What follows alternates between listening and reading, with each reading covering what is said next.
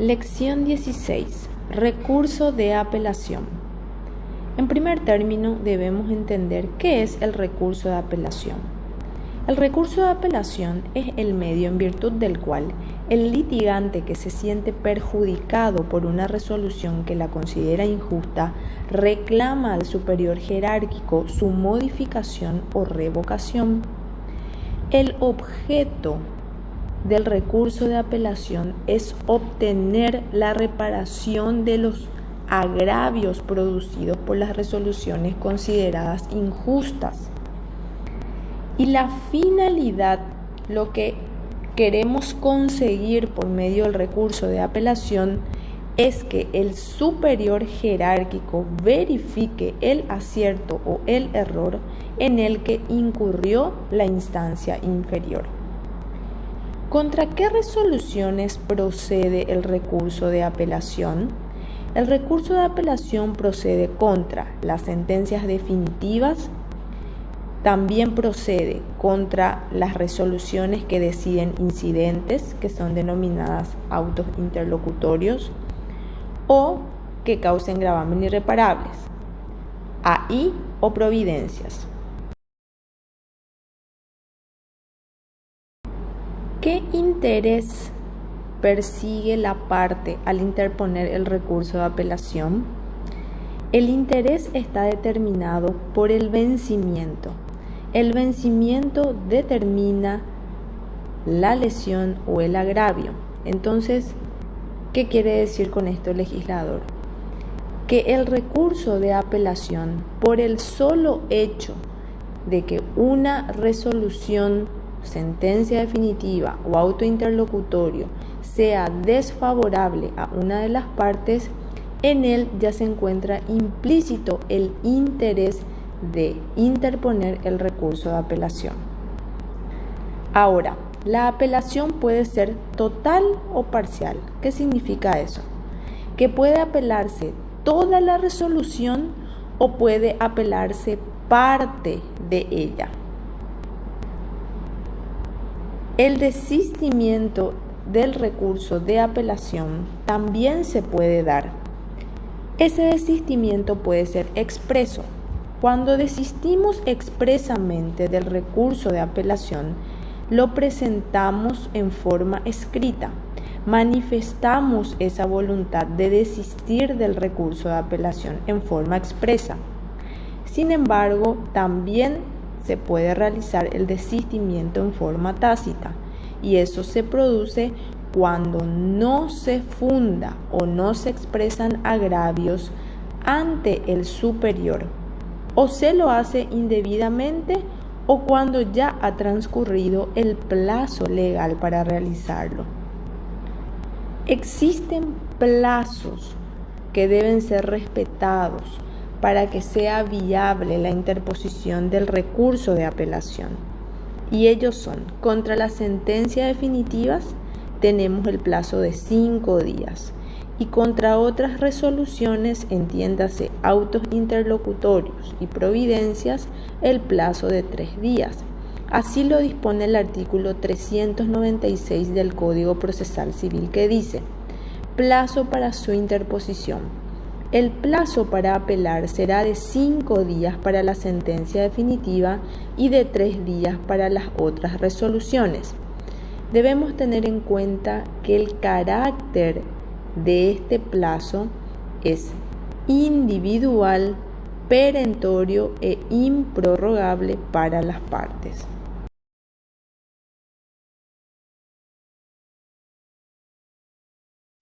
El cómputo para que transcurra el plazo para poder realizar la interposición del recurso de apelación va desde el día siguiente de haberse producido la notificación de la resolución que se requiere impugnar. Formas de interposición del recurso de apelación. El artículo 397 del Código Procesal Civil establece: el recurso podrá deducirse por escrito o verbalmente en el acto de la notificación. En este último caso se hará constar por diligencia que asentará el encargado de la notificación. El apelante deberá limitarse a la mera interposición del recurso, y si esta regla fuere infringida, se mandará devolver el escrito, previa anotación que el secretario pondrá en el expediente con indicación de la fecha de interposición del recurso. ¿Qué nos quiere decir el artículo 397? Que la interposición del recurso de apelación, cuando una de las partes quiere apelar una resolución que le causa un agravio o que es injusta para él, debe realizar ante el juez que dictó esa resolución la sola interposición del recurso, presentar un escrito cuyo objeto sea interponer recurso de apelación, identificando al abogado, a las partes en el primer párrafo, y en el segundo párrafo se debe manifestar que por el presente escrito, en tiempo y forma, vengo a interponer recurso de apelación contra la resolución número tal, de fecha tal. Punto final. Eso significa la interposición del recurso, la sola deducción ante el juez que dictó la resolución. ¿Por qué? Porque la fundamentación del por qué nos causa un perjuicio o por qué la parte siente o ve que esa resolución es injusta, lo vamos a hacer ante el superior. Y eso se llama expresión de agravios. Entonces, la interposición del recurso de apelación se realiza ante el mismo juez que dictó la resolución que nos parece injusta. Y una vez que se haya concedido el recurso de apelación por haberse planteado en tiempo y forma, la fundamentación lo realizamos ante el superior jerárquico.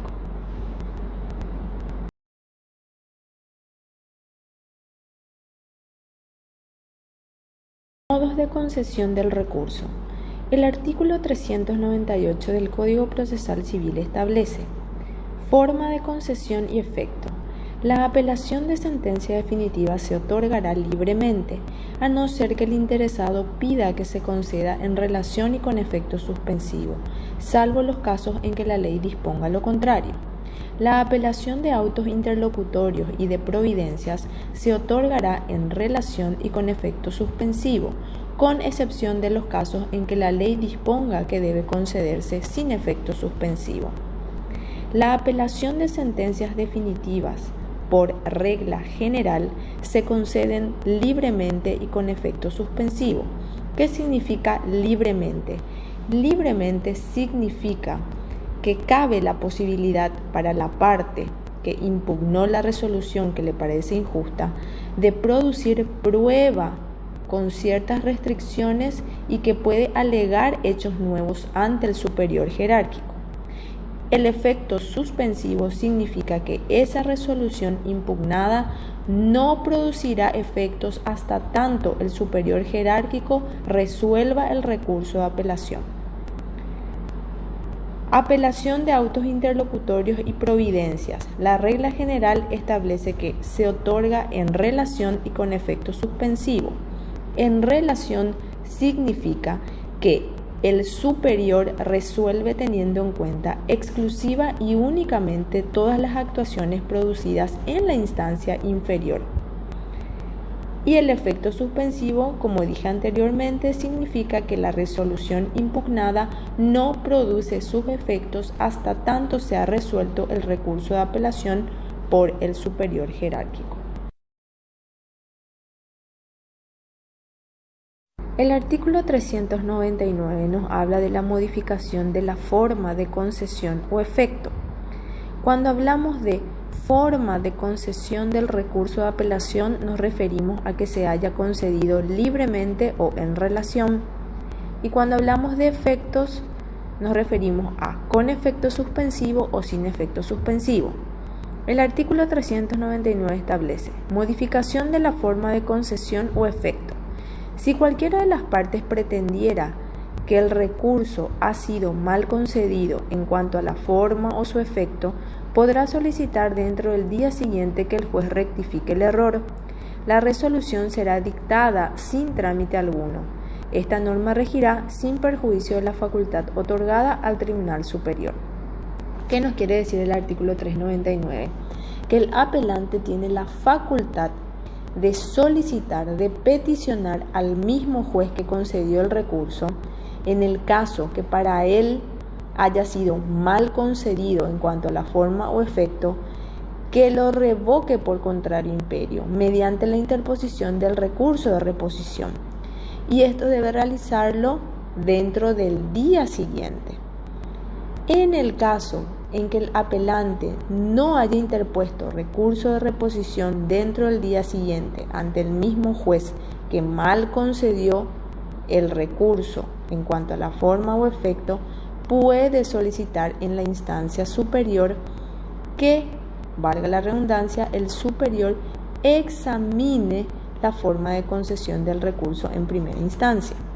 El artículo 417 del Código Procesal Civil establece facultad del tribunal, que el tribunal de oficio o a petición de parte puede examinar la forma de concesión de los recursos. Artículo 401. El artículo 401 del Código Procesal Civil se refiere a la apelación de condenaciones accesorias. Condenaciones accesorias se refieren a intereses, daños y perjuicios y demás que se pueden resolver en el marco de un juicio. En este caso, el recurso se concederá en relación y con efecto suspensivo. En el caso que se apelen las costas de una resolución, el recurso se concederá en relación y sin efecto suspensivo. El artículo 402 del Código Procesal Civil se refiere a la remisión del expediente o actuación.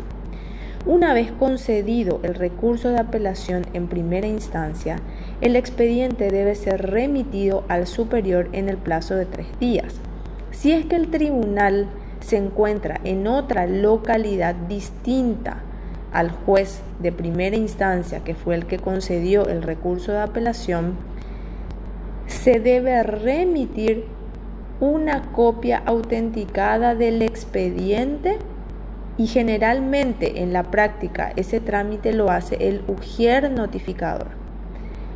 A esa copia autenticada del expediente llamamos técnicamente compulsas.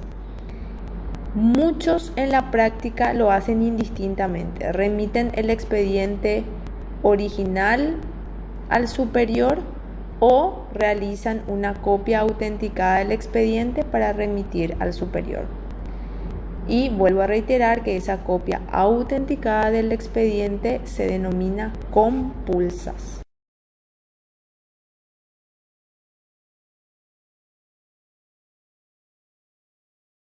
El artículo 403 del Código Procesal Civil nos habla de la procedencia de la apelación ante la Corte Suprema de Justicia y dice: el recurso de apelación ante la Corte Suprema de Justicia se concederá contra la sentencia definitiva del Tribunal de Apelación que revoque o modifique la de primera instancia.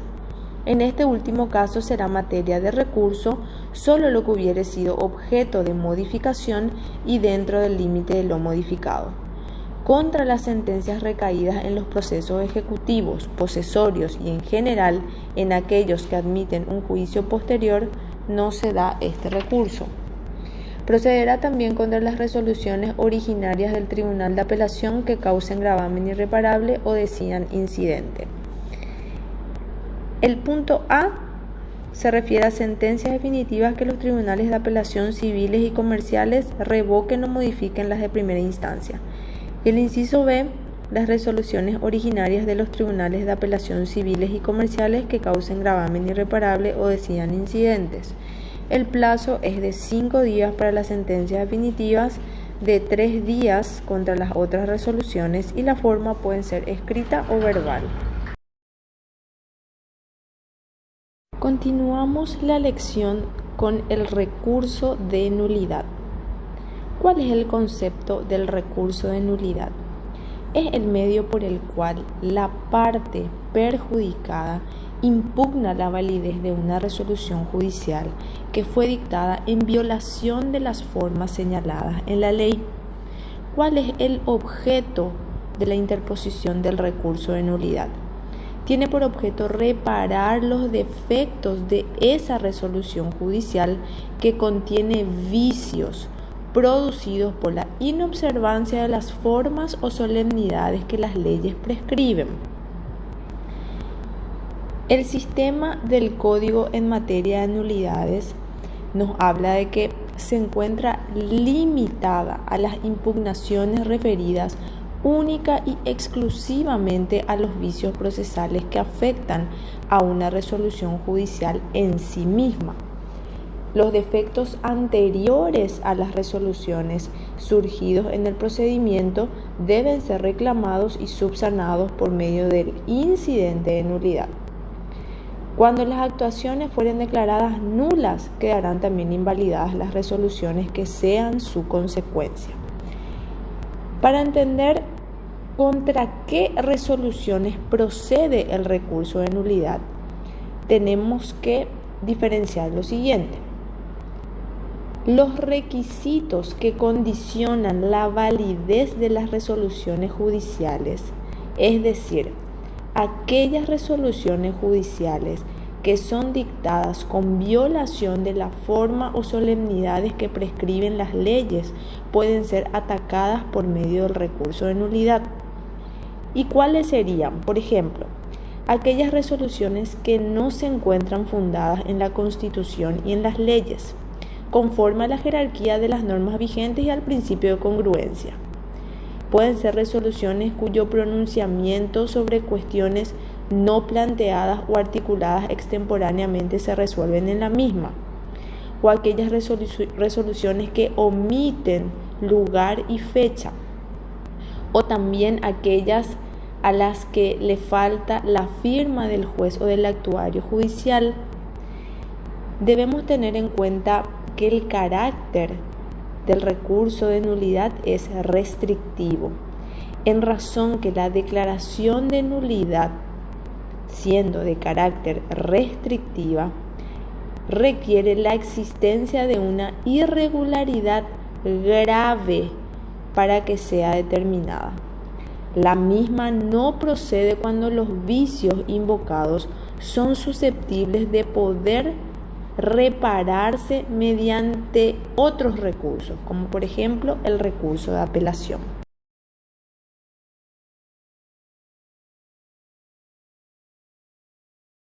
El artículo 405 del Código Procesal Civil establece forma de interponerlo. La interposición del recurso de nulidad podrá hacerse independiente, conjunta o separadamente con el de apelación, en el cual se lo considerará implícito y regirá a su respecto lo dispuesto en los artículos 396 y 397. El artículo 405 nos habla de la forma de poder interponer el recurso de nulidad y nos manifiesta de que podrá hacerse de cualquiera de estas formas, en forma independiente, en forma conjunta o separadamente del recurso de apelación. El recurso de nulidad se podrá interponer contra las resoluciones en forma autónoma, sin que necesaria y obligatoriamente se deba interponer el recurso de apelación. Pero es importante que les manifieste que el recurso de nulidad y el recurso de apelación se consideran implícitos, es decir, si se interpone el recurso de apelación, se considera implícito en él, o sea, en el recurso de apelación también el recurso de nulidad. Esto no excluye la carga que tiene la parte, o mejor dicho, el recurrente, de fundar oportunamente también el recurso de nulidad, señalando cuáles son los defectos de la resolución impugnada para que no se produzca en la instancia superior la deserción del mismo. El artículo 407 del Código Procesal Civil nos dice: casos en que es innecesario pronunciarla. Cuando el tribunal pueda decidir a favor de la parte a quien aprovecha la nulidad, no la pronunciará. ¿Qué significa? El fundamento del artículo 407 se refiere a que, como consecuencia de los principios de economía procesal y el principio de razonabilidad, el tribunal no se pronunciará sobre la nulidad de una resolución cuando pueda decidir el fondo de la cuestión a favor de quien solicitó la nulidad de la resolución. El artículo 409 del Código Procesal Civil nos habla de la acción autónoma de nulidad y dice: acción autónoma de nulidad. Las resoluciones judiciales no hacen cosa juzgada respecto de los terceros a quienes perjudiquen. En caso de indefensión, ellos dispondrán de la acción autónoma de nulidad cuando la excepción de falsedad de la ejecutoria o de inhabilidad de título fuese insuficiente para reparar los agravios que aquellas resoluciones pudiesen haberles ocasionado. ¿Qué nos quiere decir el artículo 409? ¿Quiénes son los que tienen legitimación para la acción autónoma de nulidad? La norma consagra la facultad para que un tercero que no ha intervenido ni participado en un proceso y cuya consecuencia le está perjudicando pueda impugnar mediante esta vía procesal, que es la acción autónoma de nulidad, cuando la oposición de excepciones como de falsedad de la ejecutoria o de inhabilidad de título no se hagan lugar, cuando éstas fueren insuficientes para reparar los agravios que esas resoluciones judiciales le pueden ocasionar, tienen legitimación y tienen la vía para la acción autónoma de nulidad. La vía procesal para poder plantear la acción autónoma de nulidad por un tercero será el proceso de conocimiento ordinario. Y la admisibilidad, el fundamento de la admisibilidad de esta acción autónoma de nulidad es la indefensión que tiene ese tercero que no fue parte en el proceso, pero que sí esa resolución le causa un perjuicio.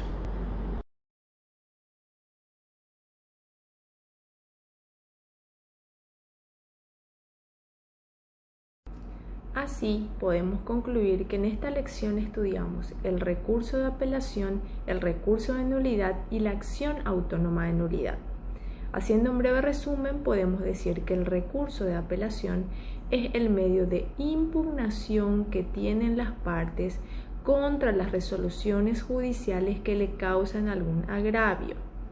El recurso de nulidad es el medio de impugnación que también tienen las partes contra las resoluciones judiciales que no reúnen las solemnidades prescritas por la ley. Estos dos recursos se diferencian de la acción autónoma de nulidad, ya que la acción autónoma de nulidad es el mecanismo que tienen los terceros que no formaron parte del proceso para impugnar las resoluciones que le causaron algún tipo de agravio o perjuicio.